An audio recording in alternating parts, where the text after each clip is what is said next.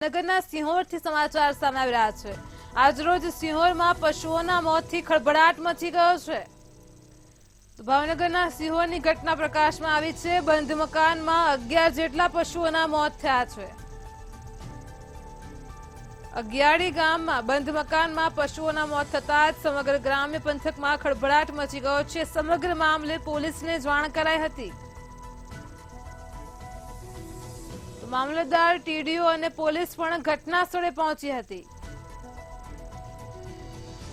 ભાવનગરથી ઘટના પ્રકાશમાં આવી છે। ભાવનગરમાં આજરોજ સિંહોર ખાતે પશુઓના મોતથી ખળભળાટ મચ્યો છે। જે સમગ્ર મામલો પ્રકાશમાં આવ્યો છે। બંધ મકાનમાં 11 જેટલા પશુઓના મોત થયા હતા।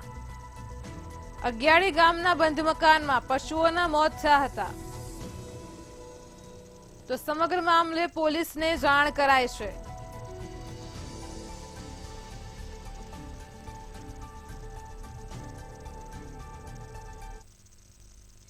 અમદાવાદમાં દરિયાપુર વિસ્તારમાંથી દારૂ ઝડપાયો છે। સમાચાર સામે આવી રહ્યા છે। અમદાવાદથી દરિયાપુર વિસ્તારમાંથી દારૂ ઝડપાયો છે।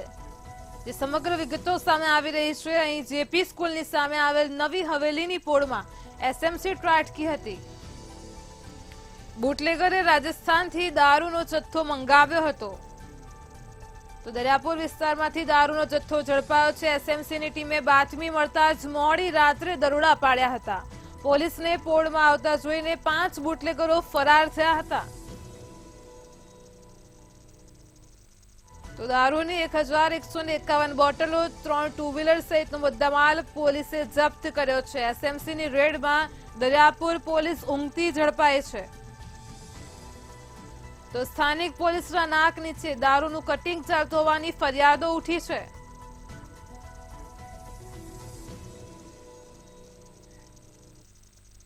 રાજકોટમાં એમડી ડ્રગ્સ સાથે 2 લોકો ઝડપાઈ ગયા છે। સમાચાર સામે આવી રહ્યા છે। રાજકોટમાં એમડી ડ્રગ્સ ઝડપાનો મામલો પ્રકાશમાં આવ્યો છે। એમડી ડ્રગ્સની સાથે 2 આરોપીઓ પણ ઝડપાયા છે। તો 9.84 લાખ રૂપિયાની ડ્રગ્સના જથ્થા સાથે 2 આરોપીઓ ઝડપાયા છે। એસઓજીએ પાર્થ મકવાણા અને સાહિલને ઝડપી પાડ્યા છે। તો એનડીપીએસ એક્ટ અંતર્ગત ગુનો નોંધવામાં આવ્યો છે। પોલીસે બંને આરોપીની ધરપકડ કરી લીધી છે। સાથે જ મુદ્દામાલ પણ જપ્ત કર્યો છે। પાર્થ મકવાણા બીસીએ કરીને પ્રોગ્રામિંગ કરતો હોવાની વિગત સામે આવી છે। તો 2500 રૂપિયા પ્રતિ ગ્રામ ડ્રગ્સ વેચતા હતા।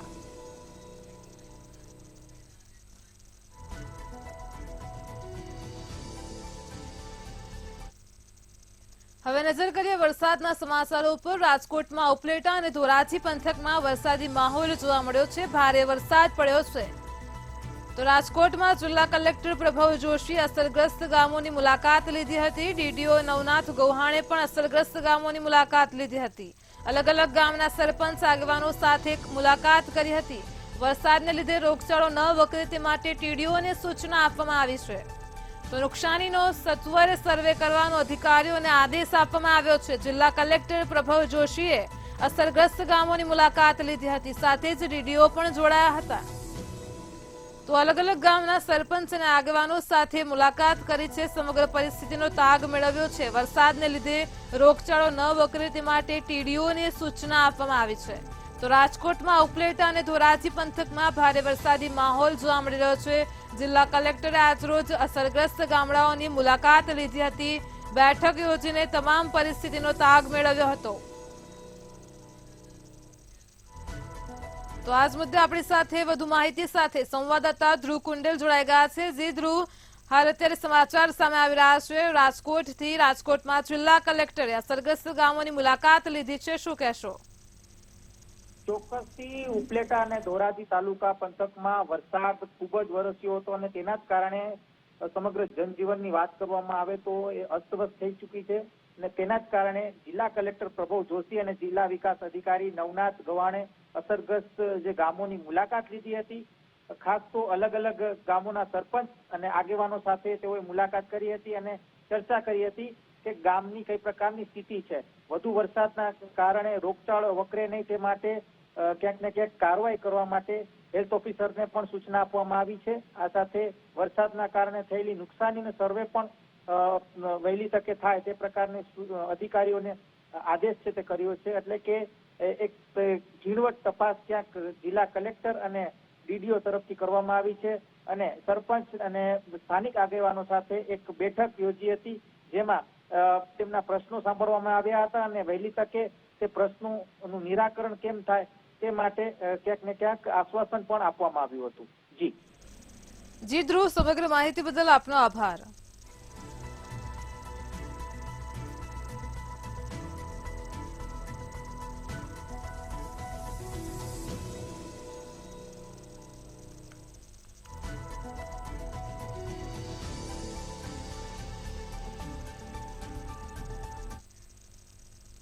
ભારત સરકારના નાણામંત્રીએ રજૂ કરેલા બજેટને મુખ્યમંત્રીએ નિહાળ્યું હતું. વડાપ્રધાન નરેન્દ્ર મોદીના નેતૃત્વની કેન્દ્ર સરકારના બજેટને નિહાળવા સીએમ ભૂપેન્દ્ર પટેલ સાથે મુખ્ય સચિવ પણ જોડાયા હતા. કેન્દ્રીય બજેટનું જીવંત પ્રસારણ મુખ્યમંત્રીએ ગાંધીનગરમાં નિવાસસ્થાનેથી નિહાળ્યું હતું. મુખ્ય સચિવ રાજકુમાર સહિતના વરિષ્ઠ સચિવો પણ મુખ્યમંત્રી સાથે લાઈવ પ્રસારણમાં જોડાયા હતા.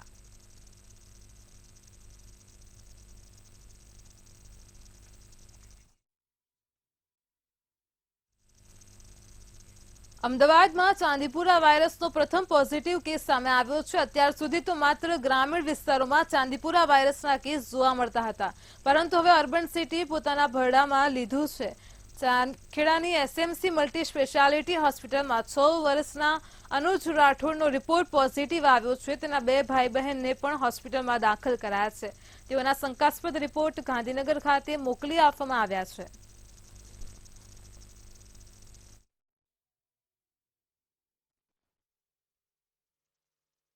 तीन सस्पेक्टेड केस थे, उसमें से एक का प्रूव हो चुका है कि चांदीपुरा वायरस वो उसको सीएसएफ में सैंपल में पॉजिटिव आया है और 2 सैंपल हमने भेजे हैं और उसका रिपोर्ट शायद आजकल में आने वाला है. तो अभी हमारे पास प्रूवन केस एक है जो एक्चुअली हमारे पास 6 साल का बच्चा अनुज करके है, आया था और जब लेके आया तो उसको ओनली 1 दिन की हिस्ट्री थी उल्टी करके और उसके बाद में घर पे ही उसको सडनली ही डिटेरियोरेटेड. जब वो लेके आए हमारे हॉस्पिटल में तो बच्चा पूरा अनकॉन्शियस था. There was no heart beat, no respiration, no pulse. उल्टी भई है, फिर खेलते खेलते बीमार हो गया, फिर इसके बाद अनुज को झाड़ा उल्टी ये हो गया, फिर इसके बाद उल्टी भई है बस. कब से हो रहा है? जी भाई इतना हो गया, 3 में इसको लेके आए. રાજ્યમાં ચાંદીપુરા વાયરસનો સતત જે કેસમાં જે છે તે વધારો થઈ રહ્યો છે, ત્યારે જો વાત કરવામાં આવે તો અમદાવાદની એસએમએસ હોસ્પિટલમાં 6 વર્ષના બાળકનો રિપોર્ટ પોઝિટિવ આવ્યો છે. અમદાવાદનો આ પહેલો પોઝિટિવ કેસ જે છે, જેમાં વાત કરવામાં આવે તો 6 વર્ષનો જે આ બાળક જે છે તે પોઝિટિવ આવ્યું છે. તેનો રિપોર્ટ, તેની હાલત અત્યારે આપ જોઈ શકો છો કે તે સારવાર અર્થે છે. અત્યારે હાલ ક્રિટિકલ કન્ડિશનમાં છે. આ અનુજ રાઠોડ જેનું નામ છે, આ બાળક જેને 16મી તારીખે અહીંયા એસએમએસ હોસ્પિટલમાં લાવવામાં અહીંયા એડમિટ કરવામાં આવ્યો, ત્યારે તેને વોમિટિંગ, ઝાડા ઉલટી અને બેભાન થઈ ગયો હતો ને ત્યારે એવી કન્ડિશનમાં લાવવામાં આવ્યો. સાથે જ એના 2 ભાઈઓ છે તેને પણ શંકાસ્પદ તેમનો પણ રિપોર્ટ છે, ત્યારે અત્યારે હાલ એ પણ સારવાર અર્થે છે. જો વાત કરવામાં આવે તો તેમના પણ એ પ્રકારના જ લક્ષણો જે છે તે જોવા મળ્યા હતા. અત્યારે હાલ જે પ્રમાણે રાજ્યમાં સતત ચાંદીપુરા વાયરસના કેસ જે છે તે વધી રહ્યા છે, મૃત્યુ આંક જે છે તે 36 સુધી પહોંચી ગયો છે, ત્યારે જો વાત કરવામાં આવે તો સતત જે છે તે નાના બાળકો આ જે ચાંદીપુરા વાયરસ છે તેનો ભોગ બની રહ્યા છે. ત્યારે પ્રથમ જે કેસ કહેવાય ચાંદીપુરા વાયરસનો અર્બન અમદાવાદનો, એ જે 6 વર્ષનો બાળક જે છે તેનો પોઝિટિવ કેસ આવ્યો છે. અત્યારે હાલ જો વાત કરવામાં આવે તો આ બાળક જે છે તે એસએમએસ હોસ્પિટલમાં સંપૂર્ણ સારવાર લઈ રહ્યો છે અને અત્યારે હાલ તેની જે હાલત છે એ વાત કરવામાં આવે તો થોડી ક્રિટિકલ કન્ડિશન છે, પરંતુ અત્યારે હાલ સંપૂર્ણ તેની જે સારવાર જે છે તે હોસ્પિટલમાં ચાલી રહી છે. સાથે જો વાત કરવામાં આવે તો બીજા 2 કેસ પણ આજે હોસ્પિટલમાં જે બાળક જે છે તેના જ 2 ભાઈઓ છે, નાના ભાઈઓ, અને તેઓ પણ શંકાસ્પદ છે. તેમના રિપોર્ટ પણ ગાંધીનગર ખાતે મોકલી આપવામાં આવે છે અને આજ સાંજ સુધીમાં તેઓના રિપોર્ટ પણ આવી જશે. કે તેઓના રિપોર્ટ શું આવ્યા છે, તેઓ પણ પોઝિટિવ છે કે નેગેટિવ એ પણ જાણવા મળશે. સાથે જો વાત કરવામાં આવે તો અત્યારે હાલ જે રીતે રાજ્યમાં ચાંદીપુરા વાયરસનો કહેર યથાવત છે, અત્યાર સુધીમાં જો વાત કરવામાં આવે વધારે બાળકો જે છે તે શંકાસ્પદ નોંધાયા છે રાજ્યની અંદર, ત્યારે અમદાવાદનો આ પ્રથમ કેસ જે છે તે એસએમએસ હોસ્પિટલમાં નોંધાયો છે. કેમેરા પર્સન કૃણાલ સાથે અનિતા પરમાર, મંતવ્ય ન્યૂઝ, અમદાવાદ. લોકસભામાં નાણામંત્રી નિર્મલા સીતારમણે આજરોજ બજેટ રજૂ કર્યું હતું. આ બજેટને દેશના 9 મુદ્દાઓને ધ્યાનમાં રાખીને બનાવવામાં આવ્યું હતું. દેશના લોકોએ અને ઉદ્યોગપતિઓએ પણ આ બજેટને નિહાળ્યું હતું. આ બજેટમાં જાહેર કરવામાં આવેલા વિવિધ યોજનાઓ અને ટેક્સમાં છૂટછાટની ચર્ચા કરવામાં આવી હતી. એમએસએમઈ માટે પણ સરકારે કરેલા જાહેરાતોથી નાના ઉદ્યોગકારોને મશીનરી ખરીદવામાં કેટલો ફાયદો થશે તે પણ નિષ્ણાંતોએ જણાવ્યું હતું. ઉદ્યોગકારોએ આ બજેટને બેલેન્સ બજેટ જણાવ્યું હતું અને ટેક્સ તેમજ રોજગારીને વધુ ફાયદાકારક પણ ગણાવ્યું હતું. કોઈ પણ કોલેટરલ આપ્યા વગર 3 કરોડ સુધીની આપણને વર્કિંગ કેપિટલ લોન ફ્રી આપવામાં આવતી હતી, બેંકો જે આપતી હતી. એની સામે આ વખતે પહેલી વખત મશીન પરચેસ કરવા માટે કોલેટરલ ફ્રી લોન આપવામાં આવશે. એનાથી હું માનું છું નવા પ્રોજેક્ટો ઘણા બધા આવશે, કારણ કે કેપિટલ ની અછત હંમેશા એક એમએસએમઈ જોડે રહેતી હોય છે અને એને પાસે એટલા કોલેટરલ નથી હોતા કે એ મશીન પરચેસ કરવા માટે આપવામાં આવે. તો જે 100 કરોડ સુધીની લોન આપવાની વાત કરી છે એના ઉપરથી એવું અનુમાન છે કે ઘણા બધા એક્સપાન્શન્સ આવશે અને ઘણી બધી નવી ઇન્ડસ્ટ્રીઝ આવશે. 1 करोड़ इंटर्नशिप की जो योजना है उससे हमारा जो स्किल डेवलपमेंट है और जो इंडस्ट्री और स्किल का जो गैप है, एक तरफ हम बोलते हैं कि सब हमारे पास नेसेसरी एम्प्लॉय नहीं है एम्प्लॉय करने के लिए, दूसरी तरफ एम्प्लॉय लोग बोलते हैं कि हमारे पास जॉब नहीं है. तो ये जो गैप है, जो स्किल मैपिंग है, वो दूर मतलब अच्छे से उसको हैंडल किया जाएगा और एम्प्लॉयमेंट जनरेशन में हेल्प मिलेगी. TDS रेट्स कम किए 5% से 2%, कई सेक्शंस में रेट कम की है.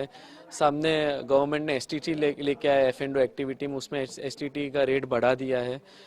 तो युवाओं जो F&O कर रहे हैं उसमें कर्व करने के लिए गवर्नमेंट ने STT बढ़ाया है. गोल्ड और सिल्वर में कस्टम ड्यूटी रिड्यूस कर दी है. કેન્દ્રમાં રજૂ કરાયેલા બજેટને લઈને કોંગ્રેસના પ્રદેશ પ્રમુખ શક્તિસિંહ ગોયલે પ્રતિક્રિયા આપતા કહ્યું હતું કે મંદી અને મુશ્કેલીઓથી લડી રહેલા દેશવાસીઓ માટે ભારતીય જનતા પાર્ટીનું નિરાશાજનક કેન્દ્રીય બજેટ રજૂ કરાયું છે. ચૂંટણી ઢંઢેરામાં ભાજપે 10 લાખ સુધીની વાર્ષિક આવકને સંપૂર્ણ ઇન્કમટેક્સમાંથી મુક્તિની વાત કરી હતી. તેનો બજેટમાં કોઈ ઉલ્લેખ નથી. શ્રમજીવીઓ અને મનરેગા માટે પણ કોઈ જાહેરાત કરાઈ નથી. ભારત સરકારનું આજે સંસદમાં બજેટ રજૂ થયું.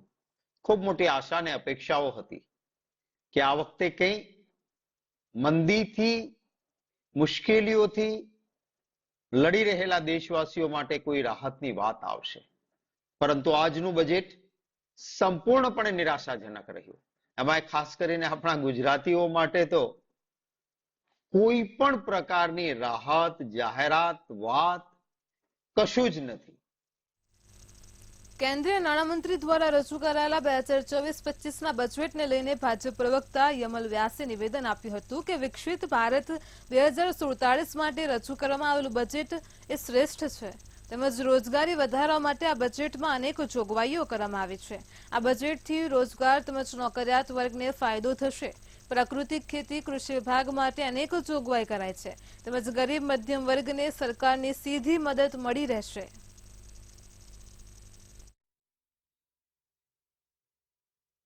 વિકસિત ભારત 2047નું જે ટાર્ગેટ છે એને પરિપૂર્ણ કરવા માટે એક શ્રેષ્ઠતમ કહી શકાય તેવું બજેટ છે.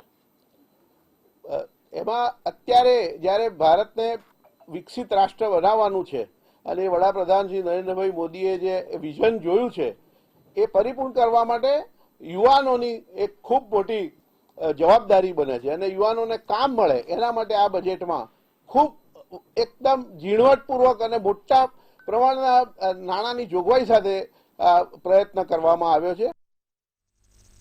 બજેટને લઈને કોંગ્રેસ પ્રવક્તા મનીષ દોશીની પ્રતિક્રિયા સામે આવી છે. 10 વર્ષથી બેરોજગારી અને મોંઘવારીનો માર આપનાર કેન્દ્રની મોદી સરકારે બજેટ રજૂ કર્યું છે.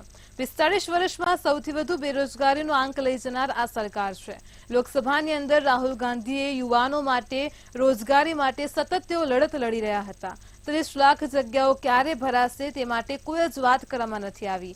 એમએસએમઈના ઘણા ઉદ્યોગોને તાળાઓ લાગી ગયા છે. 45 વર્ષમાં સૌથી ઊંચો બેરોજગારી દર ભેટ આપનાર કેન્દ્રની એનડીએ સરકારે એ વાત તો અંતે સ્વીકારી છે કે બેરોજગારી એ રાષ્ટ્રીય સમસ્યા છે, રાષ્ટ્રીય સંકટ છે.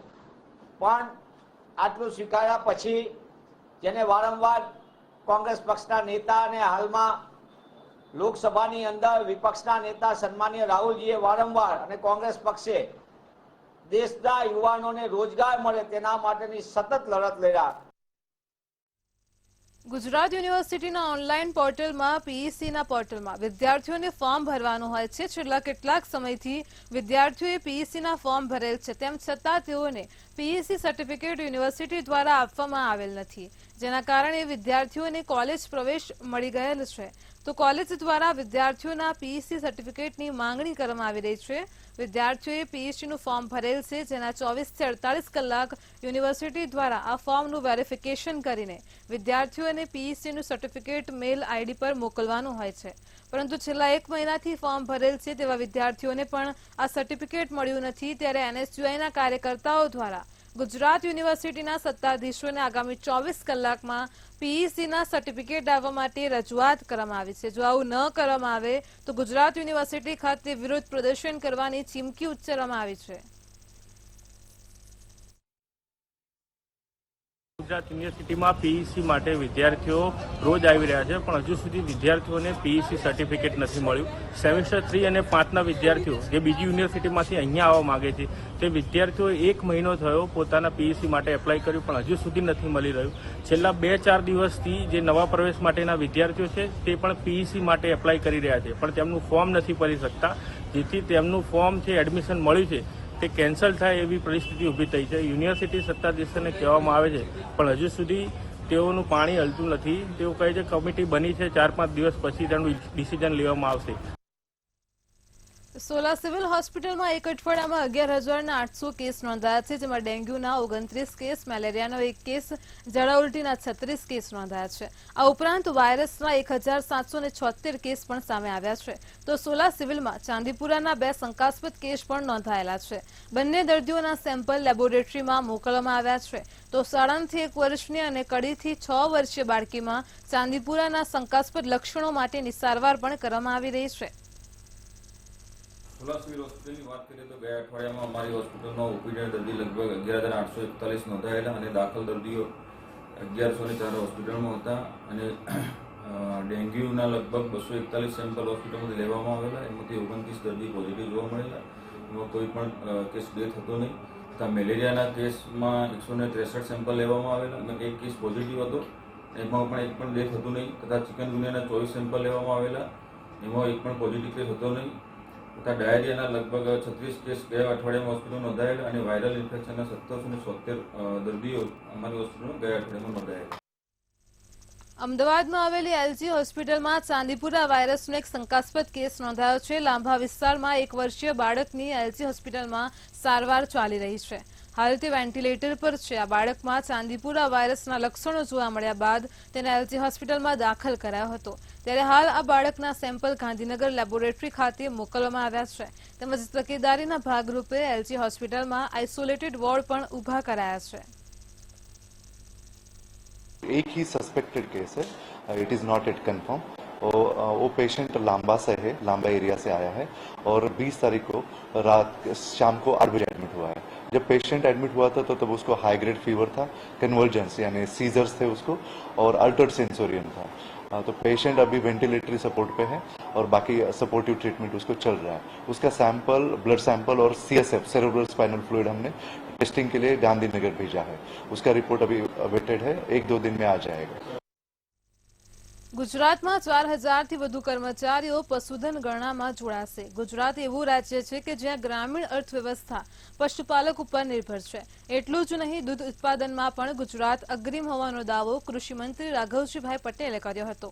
ગાંધીનગર ખાતે આયોજિત રાજસ્થાન અને ગુજરાતના જિલ્લા નોડલ ઓફિસરોની 1 દિવસની તાલીમ કાર્યશાળાના ઉદ્ઘાટન પ્રસંગે કૃષિમંત્રીએ મંતવ્ય વ્યક્ત કરતા જણાવ્યું હતું કે ગુજરાતની અંદર 36 લાખથી વધુ પશુપાલકો છે, જે પૈકી ગુજરાતમાં 12 લાખથી વધુ મહિલા સદસ્ય દૂધ સહકારી મંડળીમાં હોવાનું જણાવ્યું હતું. આ તબક્કે તેમણે ગુજરાત સરકારે પશુપાલકો માટે કરેલી વિવિધ યોજનાઓ અને આયામો અંગે વિગતો આપી હતી.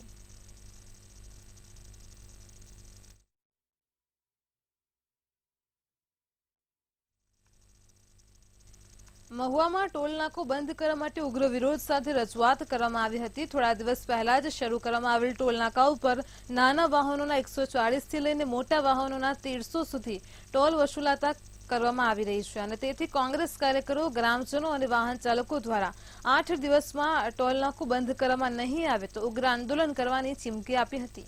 કોંગ્રેસ કાર્યકરો અને સ્થાનિક વાહન ચાલકોને દ્વારા પણ પ્રાંત અધિકારીને આવેદન પાઠવીને ઉગ્ર રજૂઆત કરાઈ છે।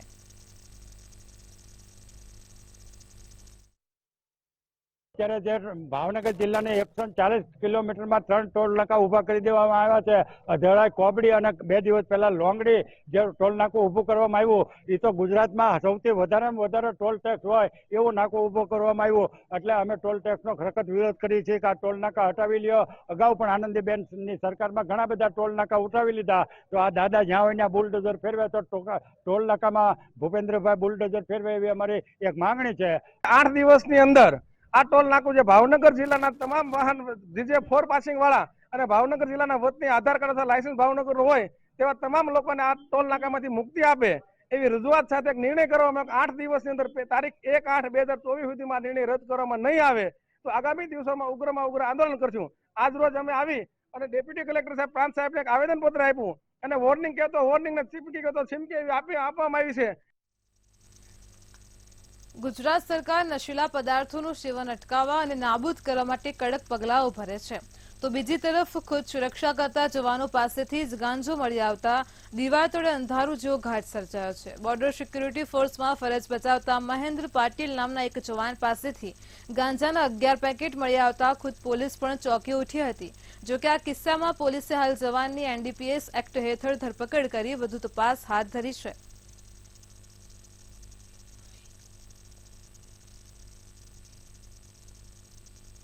અમદાવાદ કોર્પોરેશનના જાંબાઝ અધિકારીઓનું પ્રદર્શન જોવા મળી રહ્યું છે। SG હાઈવેના ગ્રાન્ડ ભગવતી સર્વિસ રોડ પર મેન હોલ પર ફૂટપાથ બનાવવામાં આવ્યું છે। આ મેન હોલના લીધે વરસાદી પાણી ભરાવાની શક્યતા તેમજ અકસ્માતની પણ શક્યતાઓ છે અને જો વરસાદી પાણી ભરાય તો ફૂટપાથ તોડવું પડે એટલે કે બંને કામ કોર્પોરેશન દ્વારા બગાડવામાં આવ્યા છે। આ પ્રમાણેની કામગીરીના લીધે કોર્પોરેશન હાસ્યાસ્પદ સ્થિતિમાં મુકાયું છે।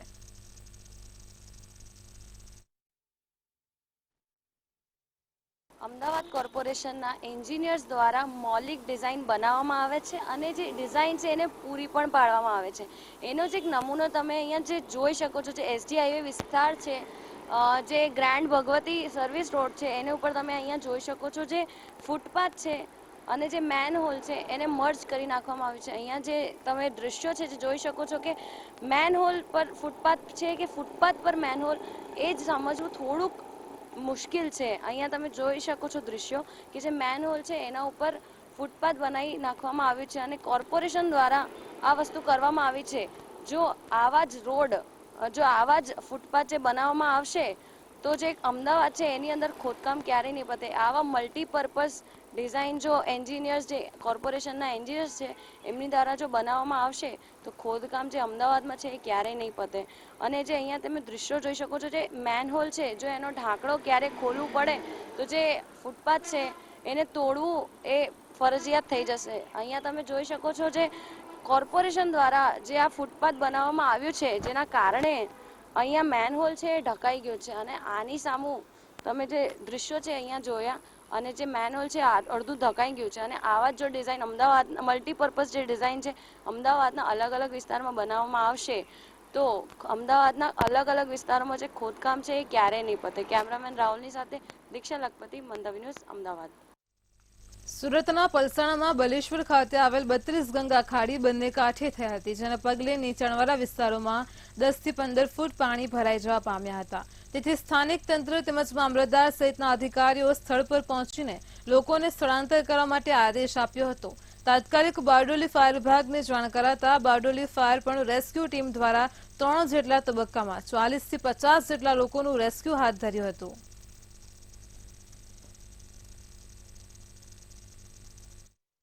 32 ગંગા નદી જે ખાડી તરીકે ઓળખાય છે બલેશ્વર ગામમાં જે પસાર થાય છે એમાં ઓવરફ્લો થવાને કારણે આજુબાજુના જે ફળિયા ખરા જે રહેવાસીઓ ખરા તેના ઘરોમાં પાણી ભરાવાનો પ્રશ્ન હાલ પાણી ભરાઈ ગયા છે ને ફાયર વિભાગને જાણ કરતા હાલ રેસ્ક્યુની કામગીરી ચાલે છે અને અત્યાર સુધીમાં લગભગ 40 થી 44 વ્યક્તિઓનું રેસ્ક્યુ કરીને બલેશ્વર ગામમાં જે પ્રાથમિક શાળા ખરી ને ત્યાં સ્થળાંતર કરવામાં આવેલું છે. ત્યાં સ્થળાંતરના સ્થળે એ લોકોને રહેવાની જમવાની સુવિધાઓ પૂરી પાડવામાં આવેલી છે. બહુ તકલીફ પડે છે આ કંપનીના લીધે, બધી આ તકલીફ આવે છે અમને. કઈ કંપનીને લીધે? આ બધી ત્યાં કાલાઘોડામાં બધી જેટલી કંપની છે એમાં અમે હેરાન જ થતા છે દર વર્ષે. કેટલું પાણી છે અંદર ઘરમાં તમારા? 1 ફૂટ જેટલું પાણી છે, 1-2 ફૂટ જેટલું પાણી છે અમારા ઘરમાં. કેટલા દિવસથી અંદર ફસાયા છો? 2-3 દિવસથી ફસાયેલા છે. જમવાનું કઈ જશે? જમવાનું ક્યાંથી મળવાનું? નાના બાળકો સાથે કેવી રીતે તમારી જિંદગી આ 3 દિવસ જીવે શું કહેશો? એટલે ઘરમાં તો એના પર જીવ્યા અમે, બાકી સરકાર અમને કઈ કર્યું નથી. સુરત જિલ્લામાં 24 કલાકથી અવિરત જળબંબાકાર વરસાદ વરસી રહ્યો હતો, જેને કારણે પલસાણા તાલુકો જે છે તે વધારે પ્રભાવિત થયો હતો અને પલસાણા તાલુકાની અંદર આવેલ બલેશ્વર ગામમાં જે 32 ગંગા ખાડી છે તે બંને કાંઠે થઈ હતી અને બંને કાંઠે થતાની સાથે જ હાલ અત્યારે જે છે તે બારડોલી ફાયર રેસ્ક્યુ ટીમ દ્વારા લોકોનું સ્થળાંતર કરવામાં આવી રહ્યું છે અને હાલ અત્યારે આ ત્રીજા રાઉન્ડમાં લગભગ 50 થી વધુ લોકોનું રેસ્ક્યુ હાલ બારડોલી ટીમ દ્વારા કરી નાખવામાં આવ્યું છે. કહી શકાય કે જે ગળાડૂબ પાણી ઘરમાં ઘૂસી જવાને કારણે ગળાડૂબ પાણી થઈ ગયા હતા અને લોકોને ભારે હાલાકીનો સામનો કરવો પડી રહ્યો હતો અને ગઈકાલે લોકોએ આખી રાત જે છે તે પાણીમાં વિતાવી હતી. તેને કારણે હાલ અત્યારે વહીવટી તંત્રને જાણ થતાની સાથે તાત્કાલિક જે વહીવટી તંત્ર છે તે કામે લાગ્યું હતું અને બારડોલી ફાયર વિભાગ દ્વારા રેસ્ક્યુ હાથ ધરવામાં આવી રહ્યું છે. જોઈ શકાય છે કે નાના નાના બાળકો તેમજ વૃદ્ધો તેમજ મહિલાઓનું હાલ અત્યારે રેસ્ક્યુ કરવામાં આવી રહ્યું છે. બારડોલી ટીમ દ્વારા આજે રેસ્ક્યુ હાથ ધરાયું છે. તો બીજી તરફ જોઈ શકાય છે કે નાના નાના બાળકો પણ અંદર આખી રાત જે છે તે વરસાદમાં કાઢી હતી અને નાના નાના ભૂલકાઓ સહિત તેમજ મહિલાઓ તેમજ ગર્લ્સ લોકો દ્વારા જે છે તે હાલ અત્યારે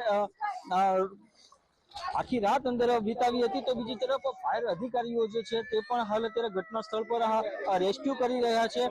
લોકોની મદદના ભારે જોઈ શકાય છે કે તેઓ દ્વારા સતત કેટલાય સમયથી તેઓ રેસ્ક્યુ કરી રહ્યા છે. પૂછીશું આપણે તેઓને સીધું હાલ રેસ્ક્યુ કરવામાં આવ્યું છે, કેટલા લોકોને રેસ્ક્યુ કર્યું છે, કેટલા સમયથી કરવામાં આવી રહ્યું છે? અંદાજે 1 થી 1.5 કલાક સુધી ચાલુ છે રેસ્ક્યુ કાર્ય. તેમજ 25 થી 30 વ્યક્તિઓને રેસ્ક્યુ કર્યું. હાલ હજુ પણ 20 વ્યક્તિઓ બાકી છે. કેટલો સમય લાગશે અંદર? અડધો કલાક જેવું લાગશે. બલેશ્વરની ખાડીની અંદર ભરાયા છે. તો બીજી તરફ જે અંદર લોકો ફસાયા હતા તે વૃદ્ધો હતી, મહિલાઓ હતી, ગર્ભવતી મહિલાઓ હતી તેમજ નાના નાના બાળકોનું પણ હાલ અત્યારે જે બારડોલી ફાયર વિભાગ દ્વારા રેસ્ક્યુ હાલ અત્યારે હાથ ધરવામાં આવી રહ્યું છે ને હજુ પણ કેટલોક સમય તેઓને લાગી શકે તેમ છે. ગાંધીનગરમાં અધિક કલેક્ટર કલ્પનાબેન ગઢવીના અધ્યક્ષસ્થાને સ્ટેટ ઇમરજન્સી ઓપરેશન સેન્ટર ખાતે વેજ વોચર ગ્રુપની બેઠક યોજાઈ હતી. આ બેઠકમાં આઈએમડીના અધિકારી દ્વારા વરસાદની સ્થિતિ અંગે માહિતી આપતા જણાવ્યું હતું કે રાજ્યમાં છેલ્લા કેટલાક દિવસથી ભારે વરસાદ વરસી રહ્યો છે અને આ દરમિયાન પણ ગુજરાતના સૌરાષ્ટ્ર દક્ષિણ ગુજરાતના મોટાભાગના વિસ્તારોમાં ભારે વરસાદની સંભાવના છે.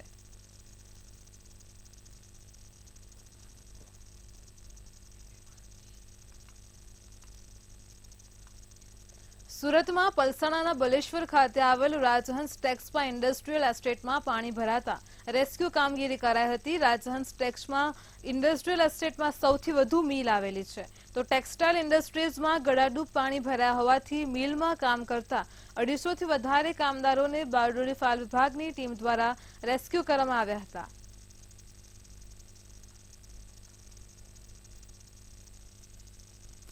પલસાણા તાલુકાની અંદર ધોધમાર વરસાદને પગલે અનેક જગ્યાઓ ઉપર પાણી ભરાયા હતા, જેને કારણે ક્યાંક ને ક્યાંક બારડોલી ફાયર વિભાગની ટીમ દ્વારા રેસ્ક્યુ કરવાની ફરજ પડી હતી. એટલા પાણી છે કે હાલ લોકો અત્યારે જોઈ શકાય છે કે કેવો સહારો લઈ રહ્યા છે. તો બીજી તરફ આ બાજુ ફાયરની ટીમ પણ તૈનાત છે અને અંદર જવા માટે કેટલાક લોકો અંદર ફસાયા છે, તેનું રેસ્ક્યુ કરવાની ફરજ હાલ પડી શકે તેમ છે. તેને લઈને રેસ્ક્યુનો કોલ મળતાની સાથે જ રેસ્ક્યુ બોટની સાથે હાલ અત્યારે બારડોલી જે ફાયર વિભાગ જે છે તે હાલ અત્યારે અહીં સ્પોટ પર આવી છે અને ખાસ કરીને કહી શકાય કે આજે રાજહંસ ટેક્સપા જે છે તે આખો ઇન્ડસ્ટ્રીયલ વિસ્તાર છે. ઇન્ડસ્ટ્રીયલ વિસ્તારની અંદર કેટલાક લોકો અંદર ફસાય છે અને અંદર ઘૂંટણ સમાજ પાણી તેમજ ગળાડૂબ પાણીને કારણે હાલ અત્યારે જે પ્રમાણે પાણી છે તેને લઈને લોકો અંદર ફસાયા છે. અન્ય લોકો છે આપણી સાથે, કેટલા લોકો અંદર ફસાયા છે? 200 થી 250 લોકો હશે અંદર. કેટલા વાગ્યાથી ફસાયા છે? અત્યારે કાલ સવારથી આવો વરસાદ ને બધું છે ચાલુ. કેટલા કોઈને બહાર કાઢવામાં આવ્યા છે? અત્યારે ફાયર વાળા આવ્યા છે, હવે લોકોને રેસ્ક્યુ કરવાનું ચાલુ કરશે. ચોક્કસથી હાલ અત્યારે ફાયરની વિભાગ જે છે તે અંદર રેસ્ક્યુ કરવાની ફરજ પાડી રહી છે અને ખાસ કરીને વાત કરીશું કેટલા લોકોનો કોલ મળ્યો છે અંદરથી? હાલ અત્યારે સ્થાનિકો એવું કહે છે કે 150 થી 200 વ્યક્તિ ફસાયાનો કોલ મળેલો છે, જેના સંદર્ભે અત્યારે હાલ આજે બલેશ્વરની સામે આવેલ રાજહંસ ટેક્સો પાર્ક છે એની અંદર હાલ કામગીરી ચાલુ કરી છે. ચોક્કસ અંદર કેટલાક લોકો ફસાયા છે તેનું રેસ્ક્યુ હાલ અત્યારે કરવામાં આવી રહ્યું છે. કેમેરામેન રાજ દેસાઈ સાથે અક્ષય મકવાણા, મંતવ્ય ન્યૂઝ, સુરત. મેટ્રો 10 માં હાલ આટલું જ પડે. પણ અપડેટ મેળવતા રહો માત્ર મંતવ્ય ન્યૂઝ પર. નમસ્કાર.